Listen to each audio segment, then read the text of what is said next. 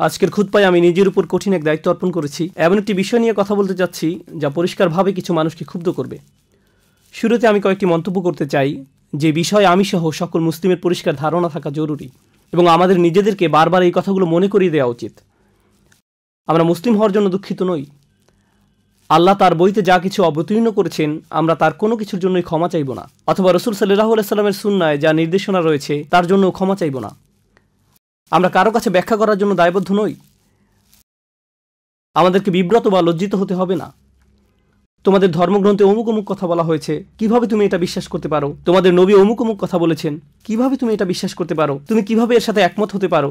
কিছু মানুষ আমাদেরকে সর্বদা এমন পজিশনে ফেলতে চাইবে। তখন আমাদের মনে হবে এর একটা জবাব দেওয়া দরকার। কোনো কোনো সময় আমরা উত্তর জানি না। মাঝে মাঝে আমরা আমাদের রাসূল সাল্লাল্লাহু আলাইহি সাল্লাম সম্পর্কে বিভিন্ন কথা শুনে থাকব, বা কোরআন থেকে বিভিন্ন উদ্ধৃতি তুলে এনে কেউ আপনাকে বলবে এই কথাগুলো তো খুবই বর্বর শোনায়, এই কথাগুলো হিংস্র শোনায়, এই কথাগুলো অমানবিক বা অন্যায্য শোনায়। কিভাবে তুমি এর সাথে একমত হতে পারো? তোমরা কি আসলে এমন জিনিস বিশ্বাস করো? তোমরা কি মনে করো এগুলো ঠিক আছে?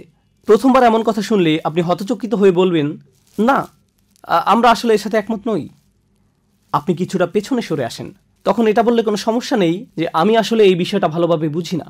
কিন্তু এভাবে বলা যাবে না যে কোরআন সুন্নায় যদি অমুক কথা আসলেই থেকে থাকে আমি এর সাথে একমত নই, কারণ আমরা দ্বিমত পোষণ করি না।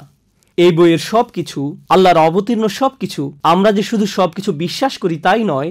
যদিও কেউ কেউ অস্বস্তি অনুভব করে, প্রথমত এরকম অস্বস্তি অনুভব করার কোনো সুযোগ নেই। সুম্মা লা ইয়াজিদু ফি আনফুসিহিম হারাজাম মিম্মা কাদাইত, তাদের অন্তরে যেন কিছুমাত্র কুণ্ঠাবোধ না থাকে তোমার যে কোনো সিদ্ধান্তের ব্যাপারে। ইসলামের অনুসারী হিসেবে আমরা এমনই। এটাই আমাদেরকে মুসলিম বানায়। আমাদের যে শুধু অস্বস্তি থাকে না তাই নয়, বরং আমরা আল্লাহর নিকট আনন্দিত তিনি যত কিছু অবতীর্ণ করেছেন তার সব কিছুর জন্য। এই বই আমাদের জন্য অস্বস্তির কারণ নয়, এই বই আমাদের জন্য আনন্দের উৎস। ফাবিযালিকা ফালিয়াফরাহু হুয়া খায়রুম মিম্মা ইয়াজমাউন, কোরআনের জন্য তারা আনন্দিত হোক। কোরআনের প্রতিটি আয়াত এটা আমার ইমানের অংশ, আপনার ইমানের অংশ। কোরআনের প্রতিটি আয়াতের জন্য আমরা দারুণভাবে প্রফুল্ল হওয়া উচিত, যার পরাণে আনন্দিত। এই বইয়ে বিশ্বাস স্থাপন করার কারণে আমি গর্বিত। এর প্রতিটি আয়াতের উপর আমার আত্মবিশ্বাস রয়েছে। এটা একটা সমস্যা যখন আমি আর আপনি চিন্তা করতে শুরু করি আল্লাহ কোরআনে কিছু কথা বলেছেন, জানি আমাদের সতর্ক থাকা উচিত। আমি কিভাবে এটা অন্যদের কাছে ব্যাখ্যা করব? ভাই, কোনো অমুসলিম যদি প্রশ্ন করে আমি সমস্যায় পড়ে যাব। আমরা গর্তে লুকিয়ে যাই। বিষয়টা আমার আপনার জন্য খুবই লজ্জার যে আমরা জানি না আল্লাহর বইতে কি বলা আছে। আর যখন আমরা জানি না আল্লাহর বইতে কি বলা আছে তখন আমরা তার ব্যাখ্যা করার চেষ্টা করি না। সর্বপ্রথম এই বিষয়টি আমি আপনাদের দৃষ্টিগোচর করতে চেয়েছিলাম আজকের আলোচ্য বিষয় ঝাঁপিয়ে পড়ার পূর্বে। দ্বিতীয় যে বিষয়টির প্রতি আমি আপনাদের মনোযোগ আকর্ষণ করতে চাই, এই বইটি শুধু হেদায়েতের বই নয়, এটি স্বাভাবিক মানব প্রকৃতির বই বটে, ফিতরাতের বই। আল্লাহ এই বইটি মানবজাতির উপকারার্থে নাজিল করেছেন। মূলত এমনকি জিনেরাও এই কিতাব থেকে উপকৃত হতে পারে। আর তিনি যেহেতু এই বই অবতীর্ণ করেছেন, তিনি একেবারে ভালো করেই জানেন কার কাছে এই বই পাঠানো হচ্ছে, যাদেরকে তিনি নিজেই সৃষ্টি করেছেন। আলা ইয়ালামু মান খালাক, যিনি সৃষ্টি করেছেন তিনি কি জানেন না? আল্লাহ আমাকে আপনাকে কোনো নির্দেশনা দিবেন না আমরা আসলে কে তা জানার পূর্বে। আর আমরা নিজেদের সম্পর্কে যতটুকু জানি তিনি তার চেয়েও বেশি জানেন। জানেন, কেউ কোনো উপদেশ দিলে আপনি হয়তো বলে ওঠেন উনি যদি আমার অবস্থা ভালোভাবে জানতেন তাহলে হয়তো ভিন্ন রকম উপদেশ দিতেন। কখনো কখনো আপনার খুব ব্যস্ত সময়ে আপনার বস হয়তো কিছু করতে বলে, তখন মনে মনে ভাবেন এই মুহূর্তে আমার হাতে অন্য অনেক কাজ আছে, উনি সেগুলো সম্পর্কে জানেন না। যদি উনি আমার অবস্থা পুরোপুরি জেনে ইনস্ট্রাকশন দিতেন তাহলে হয়তো তার ইচ্ছের পরিবর্তন ঘটতো, তার সাথে আমার আপোষ করার একটা সুযোগ তৈরি হতো। কেউ জানে না আপনি কিসের মধ্য দিয়ে যাচ্ছেন, জীবন কিভাবে কাটছে, পরিস্থিতি কেমন যাচ্ছে, কেমন সামর্থ্য আছে আপনার। আল্লাহর চেয়ে ভালো কেউ জানে না। আর সে আল্লাহই আপনাকে আমাকে কোরআনের এই নির্দেশনাগুলো দান করছেন। সুতরাং তিনি যথাযথভাবেই জানেন তিনি কার সাথে কথা বলছেন এবং কি বলতে হবে। এই নির্দেশনাগুলো সমগ্র মানব জাতির জন্য যথাযথ এবং নিখুঁত। এটা আমার বিশ্বাসের অংশ। আমার এভাবে চিন্তা করা যে আল্লাহ এমন কিছু বলবেন যাতে আমার নিজের কোনো উপকার নেই, এমন চিন্তা আমার বিশ্বাসের বিপরীত। আল্লাহ কখনোই আমাকে আপনাকে কিছু করতে বলবেন না যদি না তাতে আমাদের জন্য উপকার থাকে। এই বইটি আমাদের জন্য আল্লাহর এক বিশাল অনুগ্রহ, আল্লাহর নিকট থেকে আমাদের জন্য রহমা। এজন্যই তিনি বলছেন আর রহমানু আল্লামাল কুরআন, আল্লাহর সকল নামের মধ্যে এই নামটি কোরআন শেখানোর সাথে যুক্ত করা হয়েছে। তিনি বলতে পারতেন আল আজিজ আল্লামাল কুরআন, কর্তৃত্বশালী কোরআন শিখিয়েছেন, যেন আমরা কোরআনকে নিজেদের উপর কর্তৃত্বশালী একটি বই হিসেবে গ্রহণ করি। কিন্তু না, তিনি এমন একজন শিক্ষক হিসেবে নিজের পরিচয় দিয়েছেন যিনি হলেন আর রহমান, অতিশয় বিস্ময়করভাবে দয়ালু, স্নেহপরায়ণ, কল্যাণকামী। তিনিই কোরআন শিক্ষা দিয়েছেন। অতএব তিনি যখন শেখাচ্ছেন ভালোবাসা থেকে, কল্যাণকামিতা থেকে এবং দয়া থেকে। তাই বাহ্যিক দৃষ্টিকোণ থেকে কোনো বিধানকে বেশ কঠোর মনে হলেও বস্তুত এটাও আমাদের জন্য একটা রহমা। এই ব্যাপারগুলো মনের মাঝে গেঁথে নেওয়ার পর আজকে আপনাদের সাথে আমি যা শেয়ার করতে চাই তা হলো আহকাম তথা আল্লাহর বিধানগুলো, আল্লাহর শাসন পদ্ধতিগুলো, আল্লাহর আদেশ নিষেধগুলো। যখন আমরা এগুলো সম্পর্কে ভালোভাবে না জানি তখন এগুলোকে কঠোর মনে হতে পারে। যখন এই বিধিবিধানগুলো ভালোভাবে জানবেন আর এই নিয়ে তো শেখার চেষ্টা করবেন না যে আপনি এগুলো আরেকজনকে ভালোভাবে বোঝাতে চান, আপনি এগুলো শিখবেন নিজের জন্য, ওইটা ভুল নিয়ত কোনো কিছু শেখার জন্য। তা এই জন্য নয় যে আপনার অমুসলিম কলিগকে ব্যাপারটা ভালো করে বোঝাতে পারেন। প্রথমত তাদের নিকট আমাদের ধর্মের সবকিছুর যৌক্তিক ব্যাখ্যা দাঁড় করাতে আমরা বাধ্য নই। আমরা ব্যাপারগুলো নিজেরা নিজেদের জন্য ভালোভাবে বুঝতে চাই, কারণ আল্লাহর কিতাবকে আরো ভালোভাবে বুঝতে আমি নিজেই নিজের কাছে বাধ্য। যখন এই কাজটি আগে সম্পন্ন করব তখন স্বাভাবিকভাবেই আমাদের অন্তরে এমন একটা বাসনা তৈরি হবে যে আমরা এর কল্যাণ অন্যদের সাথে শেয়ার করতে চাইব। যদি শুধু এই একটি কারণে ইসলাম শিখতে চান, মানুষের কাছে প্রচার প্রসার, এতে সমস্যা আছে। এটা ইসলাম শেখার কারণ হতে পারে না, যেন অমুসলিম বন্ধুদের কাছে আপনার লজ্জায় পড়তে না হয়, এটা কারণ হতে পারে না। এখন আলোচ্য বিষয় আবার ফিরে আসছি। আল্লাহ আজ্জা জাল্লার নাজিলকৃত আহকামগুলো, শাসন পদ্ধতিগুলো, আইনগুলো ও নির্দেশনাগুলো সরাসরি মানব প্রকৃতির কাছে আবেদন জানায়। কারণ আল্লাহ জানেন তিনি কাকে সৃষ্টি করেছেন এবং কার প্রতি নির্দেশনাগুলো জারি করছেন। তাই আমরা যখন আল্লাহর বিধানগুলো বুঝতে পারি, আল কোরআনের অভিমতে সেগুলো তখন আমাদের প্রকৃতির সাথে মিলে যায়। আপনার ভেতরে কিছু একটা আছে, একটা চেতনা আপনার ভিতরে আল্লাহ সৃষ্টি করেছেন।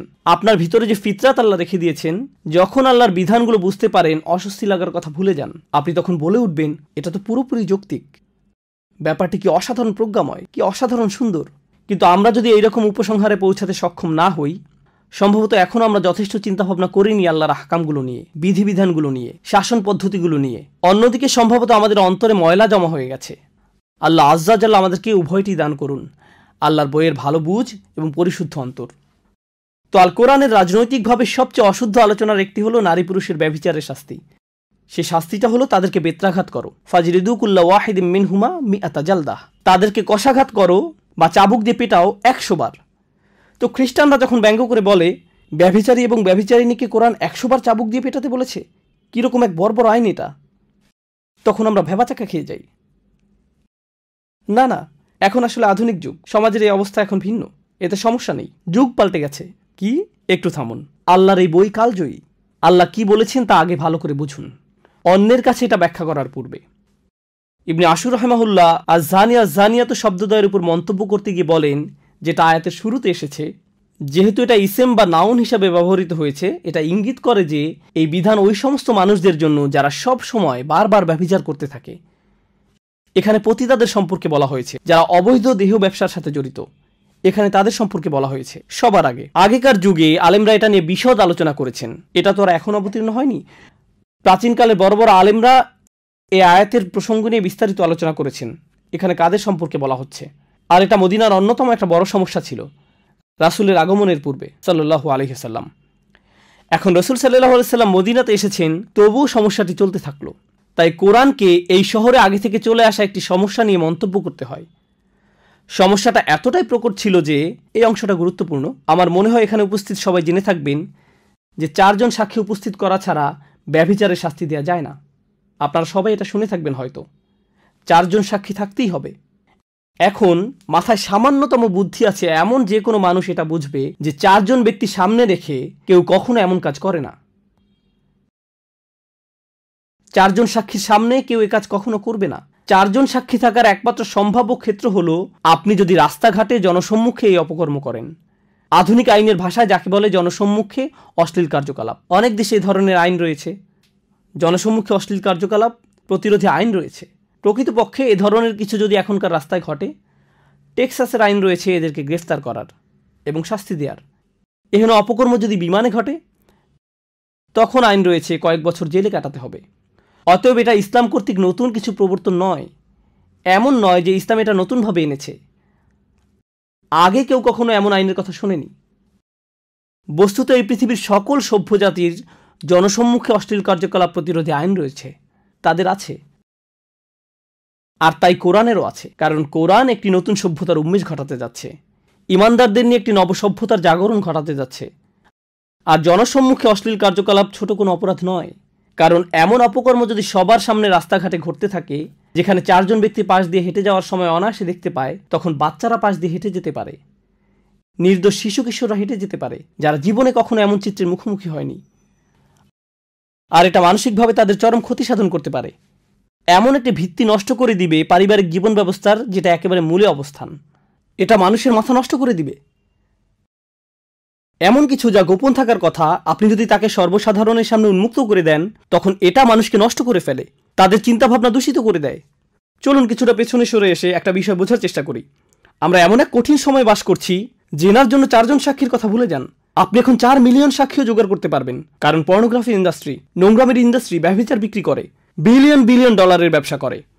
ইন্টারনেট মার্কেটিয়াররা বাঁশের লাঠি থেকে শুরু করে তোয়ালে পর্যন্ত যে কোনো কিছু বিক্রি করতে পারে। জানেন সবচেয়ে সফল ইন্টারনেট প্রোডাক্ট কি? পর্নোগ্রাফি ইন্ডাস্ট্রির প্রোডাক্ট। ইন্টারনেট মার্কেটিংয়ে তারাই লিডার।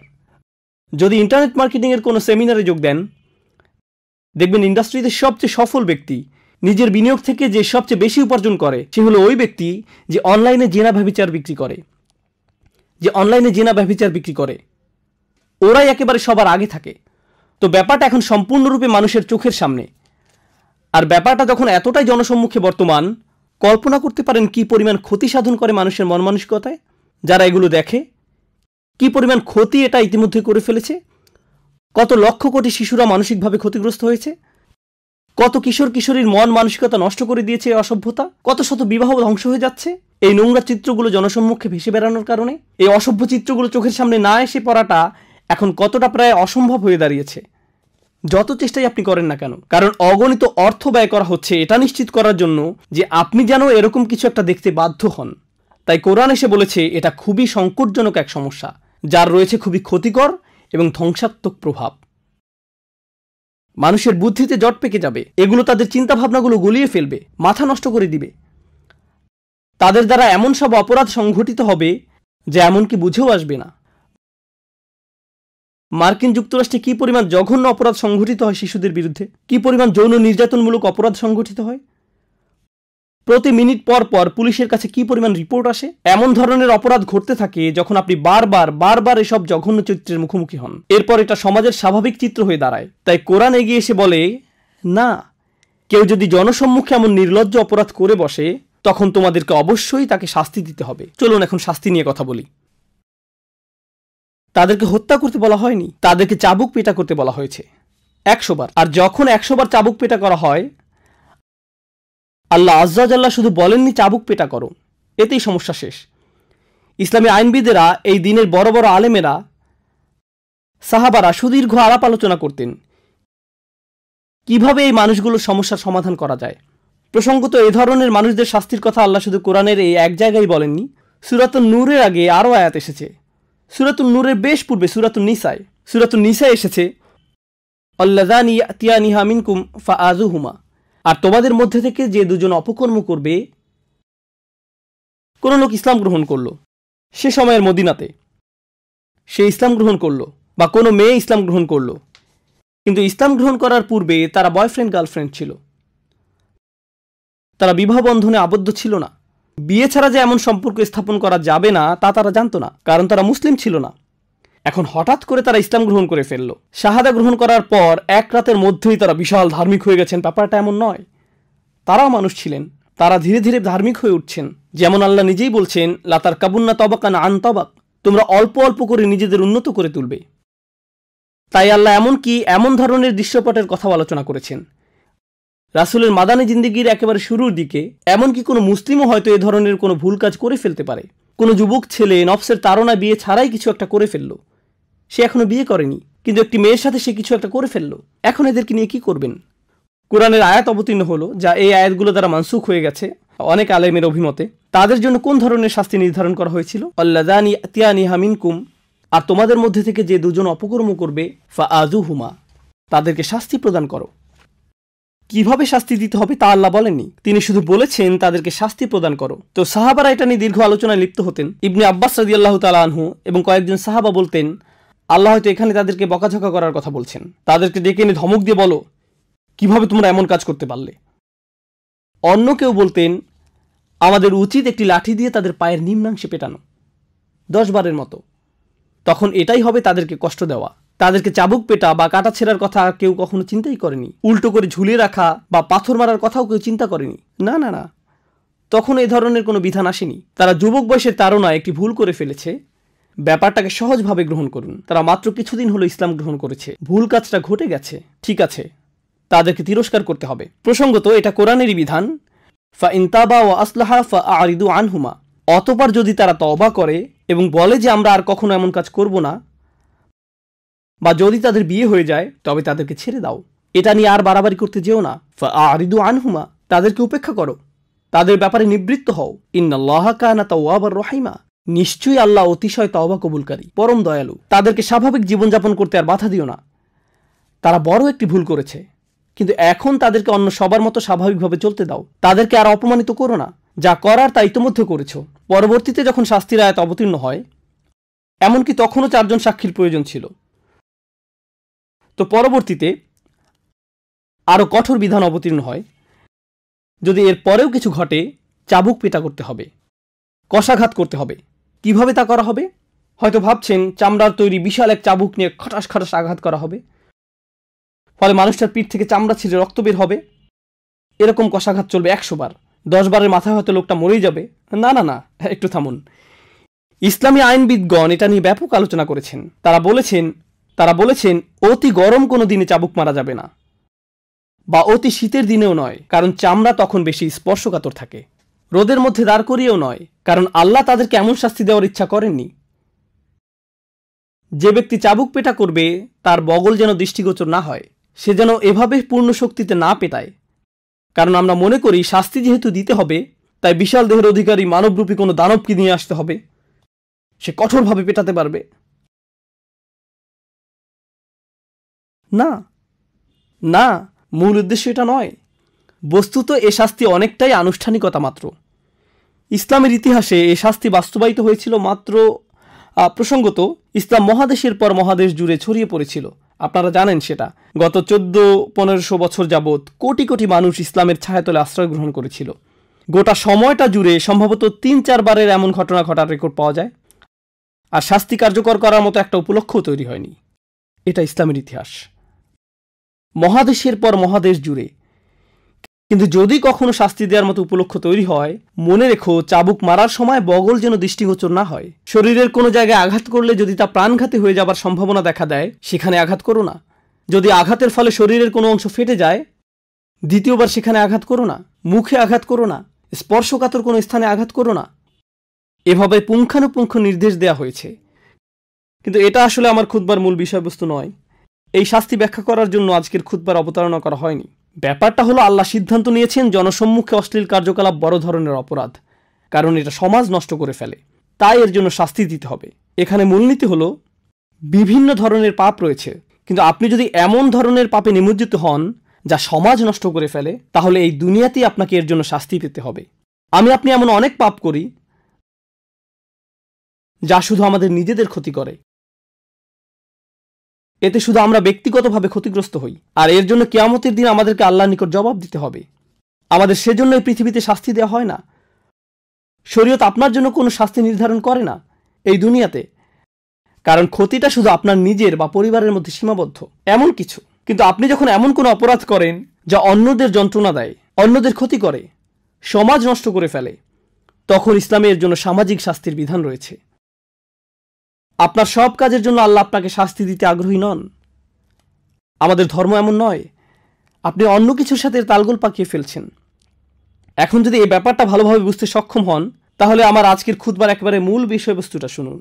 যে বিষয়টা আমি বোঝাতে চাই, কতবার চাবুক পেটা করতে হবে? 100 বার। এরপর আল্লাহ আরেকটি অপরাধের কথা উল্লেখ করেন, যা প্রায় জেনার মতোই জঘন্য, প্রায় জেনার মতোই খারাপ, কারণ সে অপরাধের জন্য 80 বার চাবুক পেটা খেতে হবে। 80 বার। ব্যবহারিক দৃষ্টিকোণ থেকে বলতে গেলে কাউকে যদি 100 বার কষাঘাত করা হয় এবং অন্য একজনকে 80 বার, এর মাঝে আসলে তেমন কোনো পার্থক্য নেই। উভয় ক্ষেত্রেই ব্যাপারটা অপমানজনক, উভয় ক্ষেত্রেই বিব্রতকর।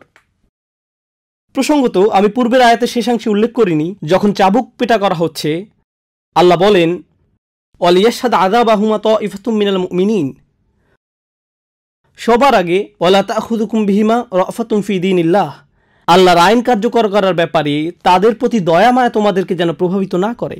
অন্য কথায়, এমনকি যে ব্যক্তি শাস্তি কার্যকর করে তারও খারাপ লাগে এবং বলে আমি এটা করতে চাই না। আর আল্লাহ বলছেন আমি জানি তুমি এটা করতে চাও না, কিন্তু তবু তোমাকে এটা করতে হবে। আল্লাহ তাকে কঠোর হতে বলছেন না, আল্লাহ তাকে বলছেন আমি স্বীকার করে নিচ্ছি তোমার পাপী মুসলিম ভাইয়ের জন্য তোমার দরদ রয়েছে। আমরা এই আয়াত থেকে শিখছি এমনকি যে মানুষেরা এমন জঘন্য কাজ করে জনসম্মুখে, এমনকি সেসব মুসলিম ভাই বোনদের জন্যও আমাদের মনে বেশি ভালোবাসা এবং রহমা রয়েছে যে আমরা এমনকি তাদেরকে শাস্তিও দিতে পারি না তাদের প্রতি রহমা এবং রফা অনুভব করা ছাড়া।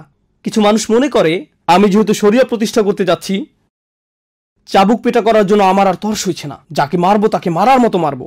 এর মানেই হলো ইকামতুল হুদুদ। কোন কোরআন অধ্যয়ন করছো তুমি?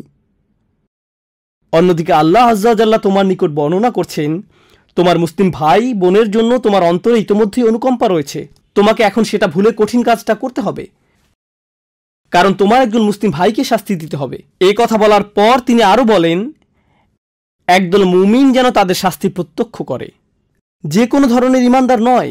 আর রাসিখুনা ফিল ইলমি ওয়াল ঈমান, নিজেদের বিশ্বাসে যারা অত্যন্ত মজবুত। তিনি এভাবে বলেননি আল্লাযীনা আমানু, তিনি বলেছেন মুমিনিন। সুতরাং পরিপক্ক ইমানদারদের একটি দল যেন তাদের শাস্তি প্রত্যক্ষ করে। তাহলে পরিপক্ক ইমানদারেরা তথা ইবাদতকারীরা, আধ্যাত্মিক দিক থেকে পূর্ণতা প্রাপ্তরা, বয়স্ক মানুষেরা, প্রজ্ঞাবান মানুষেরা এই শাস্তি প্রত্যক্ষ করছে। কেন কেন তাদেরকে দেখতে হবে? এটা দেখার জন্য তো যুবক ছেলেমেয়েদের নিয়ে আসা উচিত। এই যে তোমরা ভুলেও এ কাজ করতে যেও না, করলে কেমন শাস্তি পেতে হবে দেখতে পাচ্ছ তো। কিন্তু আল্লাহ এটা বলেননি, আল্লাহ বলেছেন মুমিনদের নিয়ে এসো। ইবনে কাইয়্যিম সহ বড় বড় আলেমরা এই ব্যাপারটা নিয়ে মন্তব্য করেছেন, যে কারণে মুমিনদের নিয়ে আসা উচিত, যেন মুমিনরা এই শাস্তিপ্রাপ্ত ব্যক্তির জন্য দোয়া করতে থাকেন। কারণ সে তো এখনো মৃত্যুবরণ করেনি, এখনো সে জীবিত। আল্লাহ যদি তার জন্য জাহান্নাম নির্ধারণ করে ফেলতেন তাহলে তাকে আর নিঃশ্বাস নিতে দিতেন না। যতক্ষণ পর্যন্ত তার নিঃশ্বাস চালু আছে তার জন্য তওবার দরজা খোলা আছে। তার পাপের প্রায়শ্চিত্ত তো সে দুনিয়াতেই করে ফেলছে, এখন মানুষের দোয়া তার কাজে আসতে পারে। ইয়া আল্লাহ, তাকে ধৈর্য দান করুন, তাকে তাওবা দান করুন, তার তাওবা কবুল করে নিন, সে যেন সামনের দিনগুলোতে ভালোভাবে পার করতে পারে। আখিরাতে তাকে উত্তম পরিণতি দান করুন। যারা এই শাস্তি প্রত্যক্ষ করবে তারা ঠিক এভাবে দোয়া করবে।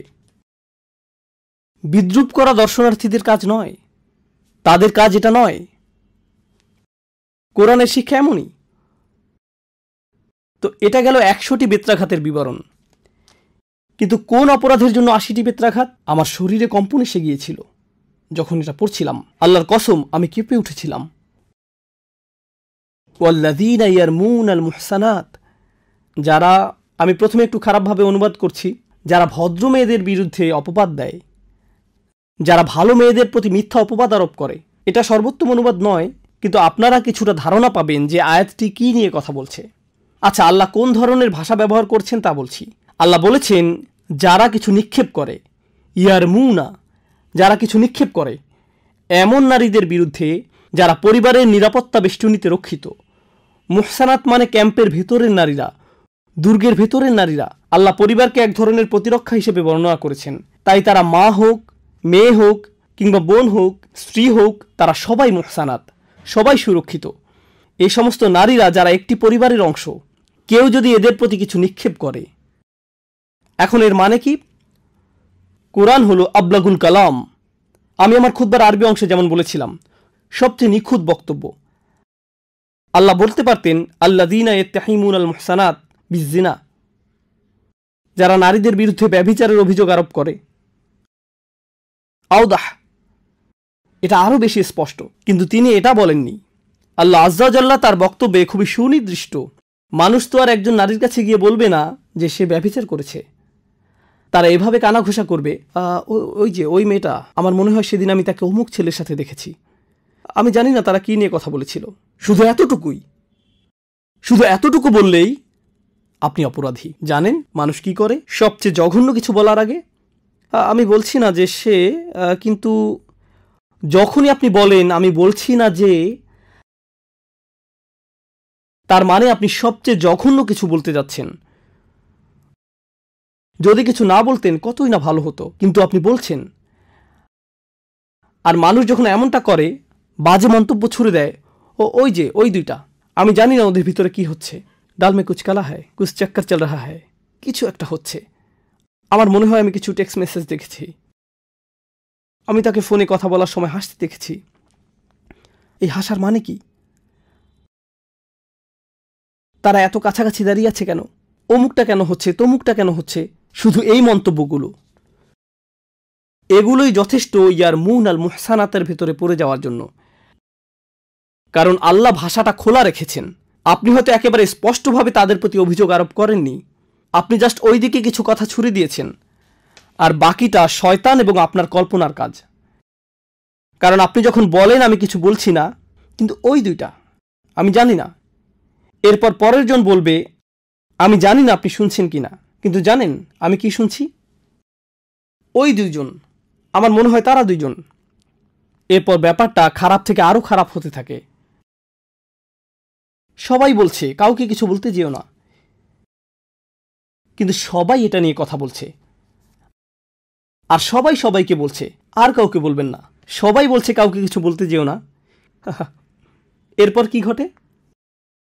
একটি সমগ্র পরিবারের মান মর্যাদা ধূলিসাৎ হয়ে যায়, একজন নারীর মর্যাদা ধ্বংস হয়ে যায়, যার বিরুদ্ধে আপনার কাছে কোনো প্রমাণ নেই, কিন্তু আমি তাদেরকে মার্কেটে দেখেছি। রিয়েলি? সুম্মা লাম ইয়াতি আরবাআতি শুহাদা। যদি আপনি কারো বিরুদ্ধে এমন অভিযোগ আরোপ করেন কিন্তু 4 জন সাক্ষী জোগাড় করতে পারেননি, অতঃপর তারা 4 জন সাক্ষী নিয়ে আসেনি। ইসলামী আইনবিদেরা আরও বর্ণনা করেছেন, সিনেমা হলে তাদের দুজনকে একসাথে দেখার 4 জন সাক্ষী আনলে হবে না, বা শপিং মলে একসাথে ঘুরতে দেখলেও হবে না, অথবা একই দিকে যেতে দেখলেও হবে না। না না না না না, যদি 4 জন সাক্ষী তাদের চূড়ান্ত পাপ করতে না দেখে, তাদের নিজেদের চোখ দিয়ে যদি এটা তারা না দেখে থাকে, তাহলে এই অভিযোগকারীদেরকেই 80 বার চাবুক পেটা করো। মানুষের মর্যাদা নিয়ে কোনো ধরনের চিন্তাভাবনা ছাড়াই বাজে মন্তব্য করার পরিণতি কি ভয়ঙ্কর তা বোঝার চেষ্টা করুন। বিশেষ করে একজন মুসলিম নারীর মর্যাদা, এর গম্ভীরতা বোঝার চেষ্টা করুন। জনসম্মুখে জিনাকারীদের শাস্তির পাশেই আল্লাহ এদের শাস্তির কথা উল্লেখ করেছেন। আমি এই কথাটির মাধ্যমে সমাপ্তি টানছি। আমি চাই আপনারা এটি নিয়ে চিন্তাভাবনা করুন। আল্লাহ যখন জনসম্মুখে জিনাকারীদের বা ব্যভিচারীদের কথা বর্ণনা করছেন, এর শেষে কি আল্লাহ তাদের জন্য ক্ষমার দরজা খুলে দিচ্ছেন না? আল্লাহ তাদের সম্পর্কে বলছেন যে তাদের শাস্তি দিতে হবে, কিন্তু মুমিনরা ইতিমধ্যে তাদের জন্য অন্তরে দয়া অনুভব করে। মুমিনদের একটি দল যেন এটা পর্যবেক্ষণ করে এবং তাদের জন্য দোয়া করতে পারে, এটা এখানে ইঙ্গিত। কিন্তু যখন অভিযোগকারীদের কথা আসলো, যারা অন্যদের প্রতি অভিযোগ ছুড়ে দেয়, যারা অপবাদজনক মানহানিকর মন্তব্য ছুড়ে দেয়, বা বলে যে না আমরা তো আর অভিযোগ করছি না, তারা এমন কিছু বলে না, শুধু জিজ্ঞেস করে। আর এটা একটা ভালো কৌশল। আমি তো আর কিছু বলছি না, আমি শুধু জানতে চাইছি তোমার কি মনে হয় এই দুইজনের মধ্যে কিছু একটা ঘটে চলছে? শুধু এইটুকুই। প্রশ্ন করাটাও ছুড়ে দেওয়ার পর্যায়ে পড়ে যায় যখন শুধু এতটুকুন করেন। আল্লাহ এই মানুষদের সম্পর্কে কি বলেছেন? শুধু চাবুক পেটা নয়, তিনি আরো বলেন ওয়ালা তাকবালু লাহুম শাহাদাতান আবাদা, তোমরা আর কখনোই তাদের সাক্ষ্য গ্রহণ করো না। এই মানুষগুলোর কোনো সাক্ষ্য আর কোনোদিন গ্রহণ করে নিও না। ইয়া আল্লাহ, এটা তো আরো ভয়ঙ্কর শোনা যাচ্ছে। এটাই শেষ নয়, তদুপরি ওয়া উলাইকা হুমুল ফাসিকুন, আর এরাই হলো চূড়ান্ত নীতিভ্রষ্ট। আল্লাহ এ কথা এমনকি ব্যভিচারীদের সম্পর্কেও বলেননি, তিনি তাদের সম্পর্কে বলেননি, কিন্তু এদের সম্পর্কে বলেছেন ওয়া উলাইকা হুমুল ফাসিকুন। প্রশ্ন হলো কেন এদের চাবুক পেটা করা হচ্ছে? এটাই খুতবার শেষ কথা। কেন এদের চাবুক পেটা করা হচ্ছে? কারণ আপনি যখন এরকম মন্তব্য ছুড়ে দেন, আপনিও সমাজ নষ্ট করছেন। মনে আছে আমি যে বলেছিলাম আল্লাহ এই দুনিয়াতে শুধু এমন অপরাধের শাস্তি প্রদান করেন যা সমাজ নষ্ট করে ফেলে, যা অন্যদের ক্ষতি সাধন করে। আপনি যখন একজন মুসলিমের সম্মান নষ্ট করেন, মুসলিম পুরুষের বা মুসলিম নারীর, আপনি যখন তাদের মর্যাদা হানি করেন, এটা এই পৃথিবীতেই একটা শাস্তিযোগ্য অপরাধ, শুধু আখিরাতে নয়। খুবই সিরিয়াস একটা ব্যাপার। ইজ্জত, ইকরাম, আভিজাত্য, একজন মুসলিমের মান সম্মান আল্লাহর নিকট খুবই বড় একটা বিষয়। আল্লাহ এটাকে সুনির্দিষ্ট করে আলাদাভাবে উল্লেখ করেছেন।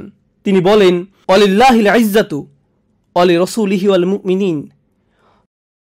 সকল মর্যাদা তো আল্লাহর, তার রাসূলের ও মুমিনদের। আল্লাহ মুসলমানদের এটা দান করেছেন। আপনি আমি এটা কেড়ে নিতে পারবো না যা আল্লাহ দান করেছেন। এটা এমন কিছু যা আল্লাহ দান করেছেন, আমাদেরকে এটা রক্ষা করতে হবে। আমরা আমাদের জিহ্বা দিয়ে সবচেয়ে ধ্বংসাত্মক কিছু করে ফেলতে পারি। যখন সন্দেহ তৈরি হয় তখন শুধু আল্লাহর এই কথাগুলো স্মরণ রাখুন, ইজতানিবু কাসীরাম মিনাজ যন্নি ইন্না বা'দাজ যন্নি ইসমুন। তোমরা অধিক অনুমান করা থেকে দূরে থাকো, নিশ্চয়ই কোনো কোনো অনুমান তো পাপ। কোনো কোনো অনুমান খুব ভয়াবহ পাপে পরিণত হতে পারে। ধারণা করা থেকে দূরে থাকো। মানুষকে সন্দেহের ক্ষেত্রে সুবিধা দান করুন। আপনি ওই দুজনকে চিনেন না, তারা পরস্পরের হাত ধরে আছে এবং ওই দিকে হেঁটে যাচ্ছে। ওহ, নিশ্চয়ই তারা বিবাহিত, অথবা হয়তো তারা ভাই বোন। না না, আমার তো মনে হয় না। থামুন, বাদ দিন, অন্যদিকে চলে যান, ইস্তিগফার করুন। এখানে আপনার মাথা ঘামানোর দরকার নেই। একজন ব্যক্তির উপর ইসলামের সৌন্দর্যের একটি দিক হলো তার সাথে সম্পর্কিত নয় এমন কাজ সে বর্জন করে চলে। এখানে আপনার হস্তক্ষেপ করার দরকার নেই, এটা নিয়ে কথা বলবেন না। আমরা দোয়া করছি আল্লাহ আজ্জা জাল্লা যেন আমাদের জিহ্বা রক্ষা করেন, অন্তর রক্ষা করেন, পরস্পরের ক্ষতি করা থেকে যেন আমাদের রক্ষা করেন। আল্লাহ আজ্জা জাল্লা আমাদেরকে তাদের অন্তর্ভুক্ত করুন যারা অন্যদের মান সম্মান নিয়ে কথা বলার সময় সাবধান থাকে। আল্লাহ আজ্জা জাল্লা আমাদেরকে তাদের অন্তর্ভুক্ত হওয়া থেকে রক্ষা করুন যারা শুধু অজুহাত দিয়ে বেড়ায় এবং অজুহাতের পেছনে লুকায়। আল্লাহ আজ্জা জাল্লা আমাদেরকে নিজেদের ভুলগুলো ভুল হিসেবেই দেখার সামর্থ্য দান করুন এবং তার কাছে ক্ষমা চাওয়ার সামর্থ্য দান করুন, এবং অন্যদের কাছেও যাদের সম্পর্কে আমরা মন্দ কথা বলে ফেলেছি। আল্লাহ আজ্জা জাল্লা সকল মুসলিমদের ইজ্জত রক্ষা করুন, বিশেষ করে এই উম্মার মেয়েদের। আল্লাহ আজ্জা জাল্লা আমাদের মায়েদের ইজ্জত রক্ষা করুন, আমাদের স্ত্রীদের, আমাদের কন্যাদের এবং আমাদের বোনদের। আল্লাহ আজ্জা জাল্লা আমাদের সমগ্র পরিবারের মর্যাদা রক্ষা করুন, এবং আল্লাহ আজ্জা জাল্লা আমাদেরকে এমন একটি প্রজন্ম গড়ে তুলতে সাহায্য করুন যারা আমাদের চেয়েও আল্লাহর অধিক নিকটবর্তী হবে। বারাকাল্লাহু লি ওয়া লাকুম ফিল কুরআনিল হাকিম ওয়া নাফা'নি ওয়া ইয়্যাকুম বিল আয়াতি ওয়া যিকরিল হাকিম।